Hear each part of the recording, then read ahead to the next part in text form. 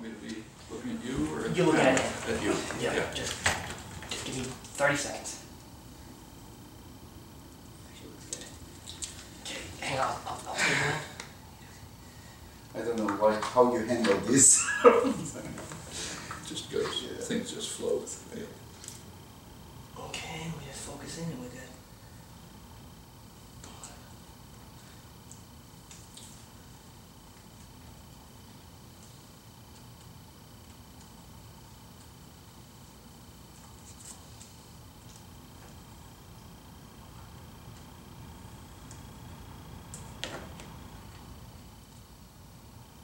Okay, audio is, get the monitor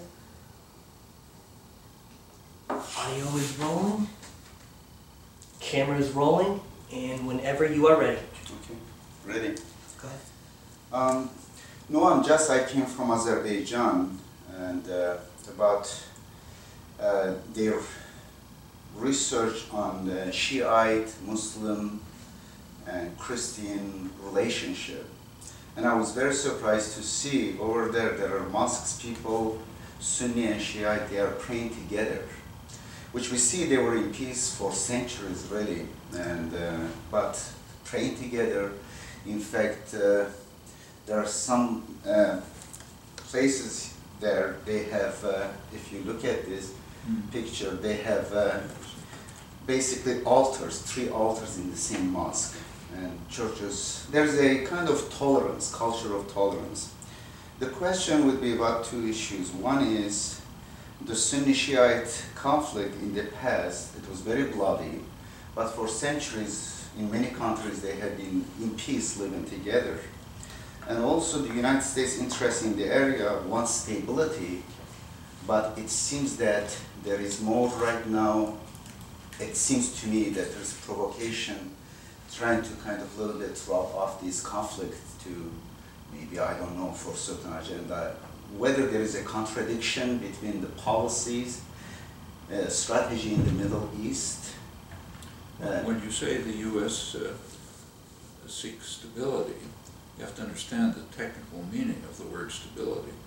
Stability means following U.S. orders.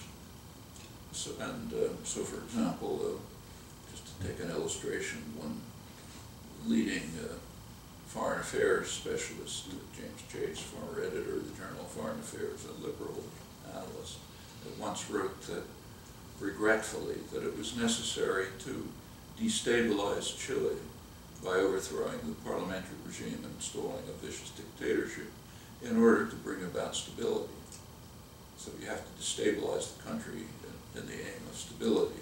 It's not a contradiction if you understand the technical meaning. In order to ensure that the society follows U.S. orders, it was necessary to overthrow the government and elected government install a dictatorship. When the U.S. invades Iraq, the goal is to establish stability by destroying the society and, in fact, inflaming the Shiite-Sunni conflict, which was not there before. It was very much like what you described, intermarriage, living together, and so on. Now it's a bitter, brutal conflict. Just this morning, the press announced another 50 people killed yesterday, and it spread throughout the region, inflamed by the invasion. But that's bringing about stability, an effort to bring about obedience to the United States.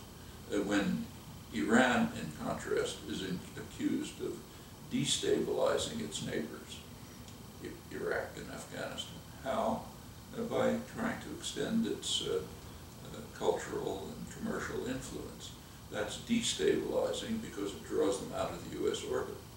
So there's no contradiction when you understand the religion, the state religion that governs the way these things are discussed. And what about the conflict in Syria? And it began as an effort to extend what was happening in the so-called Arab Spring, efforts by democratic reformers to gain some, it's a pretty harsh and brutal dictatorship, to gain some limited democratic and human rights. The Assad regime reacted with extreme violence and brutality, and the dynamics finally led to an armed conflict, which has been moving towards a Shia-Sunni conflict. That's part of what the U.S., the fires that the U.S. lit in Iraq are now burning throughout the region. In the background is a conflict between Iran and the oil dictatorships of the Gulf region, the extreme Islamic fundamentalists in Saudi Arabia and some of the Gulf states the dictators are in conflict with the Iranian regime for influence, and that's turned into a kind of a Sunni-Shia conflict as well. I mean, these, as you mentioned, these things go back centuries. There's always something simmering, and if you take a complex social situation and you hit it with a sledgehammer, a lot of awful things can happen. And in fact, that's what the invasion of Iraq did. And Syria is a case in point. It's become a Sunni-Shia conflict, part of it. Also Kurdish. So Syria is in the process of moving towards a kind of suicide, but part of it will probably be partition. It's a tripartite partition with the Kurdish areas drifting towards Iraqi Kurdistan, maybe assimilating to them, and the rest divided between a government-run, most Alawite kind of Sunni-Shiite region and a Sunni region supported by the Gulf dictatorship. Do you see any kind of future, what kind of, any prognosis regarding this issue? Right now, the prognosis looks extremely grim. Iraq has been torn to shreds by the invasion. It's not recovering, getting worse in many ways. Syria is heading towards suicide. The conflict is indeed spreading over the region, and very dangerous. And it's kind of interesting to see the way American commentators discuss it. So, for example, David Brooks, a kind of New York Times conservative intellectual commentator, he had a column recently in which he pointed out accurately that we're all concerned about the bloodshed and massacres in Syria, but we should understand that in the background is a raging and growing Sunni-Shia split throughout the region. And then he added something. He said, this is the result of, this is an indication of the failure of the U.S. policy of withdrawing from the region and removing our moderating influence. Well, that he's reflecting the state religion. The state religion is that what we do is benign. So if we destroy another country, that's helpful. Our moderating influence is what set off the conflict. Of course, not entirely, there are other factors, but that was what stimulated the horrors that are happening.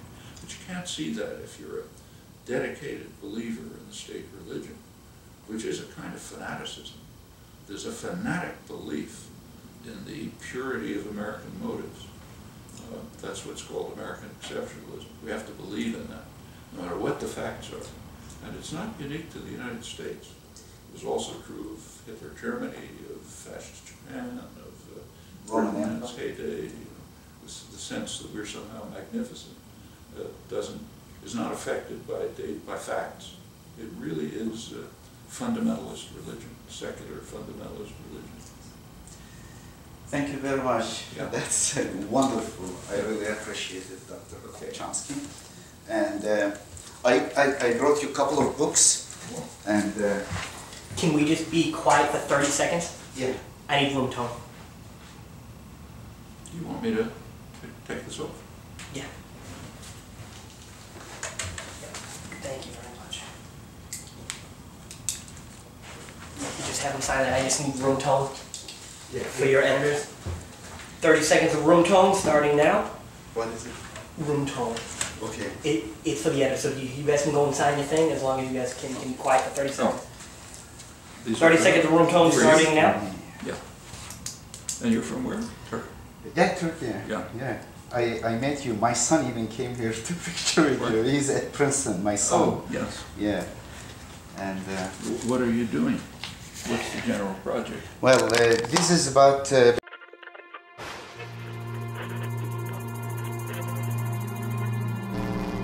What is Islam? What are the sources of Islam? What are the sources of Islam?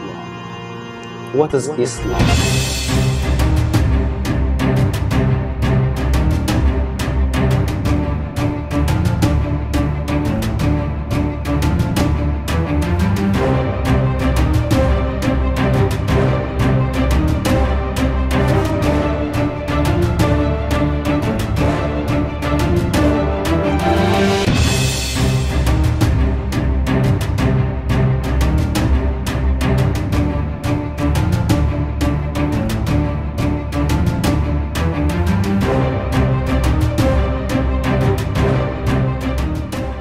Burada sen iş al. Nereye? Gidiyorum.